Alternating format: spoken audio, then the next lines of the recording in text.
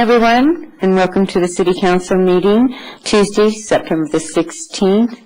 We're going to begin this meeting with an invocation by Pastor Randy Ponce from River of Life Church. Let's bow our heads. Father, we thank you for this day, and we ask you right now, Father, for divine wisdom. If you would like to speak on something that's other than on our agenda right now, please fill out one of these forms and apply it to the clerk. And the first one I would like to call up is Mr. Peter Santilli. Thank you very much. I had sent a letter to the City Council on September 8th, and I guess in the essence of time, if I could just find out if you folks had received a letter that I had sent. Had you? Yeah, I have. You have. What's the topic? Topic was in regards to how to, I guess, minimize the vacancies that we have here in the city, handling that issue. That was the topic that I wanted to address with you here today. I had a conversation with the city attorney and the city manager, and they informed me that it's almost impossible. It's a monumental task, basically, because we don't have jurisdiction over preventing institutional lenders from evicting our city residents before they have a buyer to come in and basically prevent a vacant home from taking over our communities.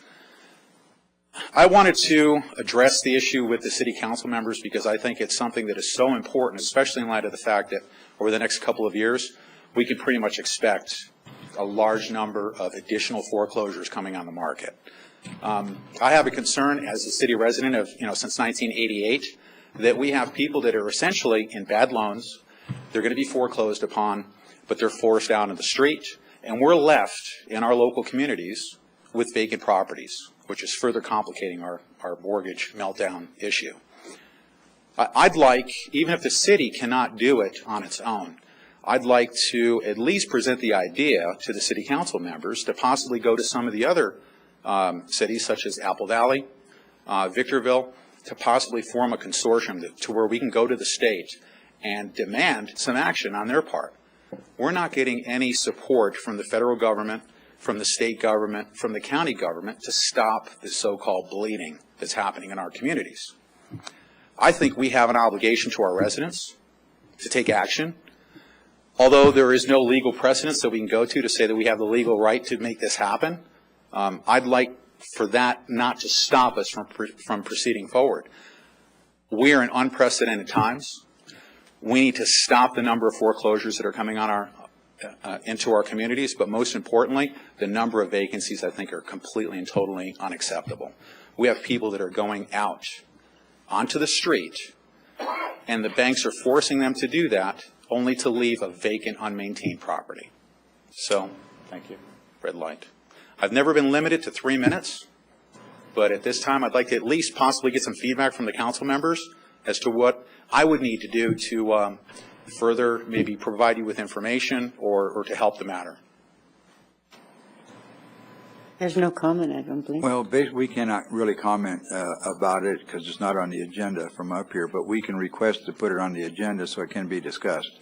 I'd like for at least to have that opportunity to have it placed on the agenda, and maybe I can come with a more formal proposal if the city council is willing to consider. Well, let me check first. Can we do this as a discussion item only, put it on the agenda, or what? If the council wants to put it on the agenda as, again, and discuss it and get more information, that's certainly your prerogative. Okay. I would like to do that if my fellow council people would. I've already seen your letter, and I have reviewed it, and so has staff. There's obviously more of an impact here, but open for discussion. I think he could meet with staff, and but to have it on the agenda. Yeah, I don't think we'd put it on the agenda. I'd be glad to share with you my ideas on it after the meeting, if you'd like, or even meet with you at any time to give you my ideas, if you'd like. But at this time, I don't think it's appropriate to have it on placed on the agenda. I would say the main premise would be on behalf of the residents that I'm referring to. Right, it's just the I'd idea like to that at since least we don't discuss have it with you, legal whether it be in a, jurisdiction, pardon me? since we don't have legal jurisdiction, I don't think it'd be something we should be discussing up here, since we don't have any jurisdiction to deal with that issue anyways. But I do think it's a good idea, and I do think there are things that can be done to help initiate that kind of a idea in Sacramento. Before I depart, I bring this idea to the city council members because I want this to be our idea. If it's something that we can initiate on our own as a city and go to the other cities and be a leader per se, somebody needs to step up at this point to prevent the problems that we can anticipate over the next 12 to 24 months. Thank you, Mr. Santoli. Thank you, Ms. Vogler. Philip McLaughlin.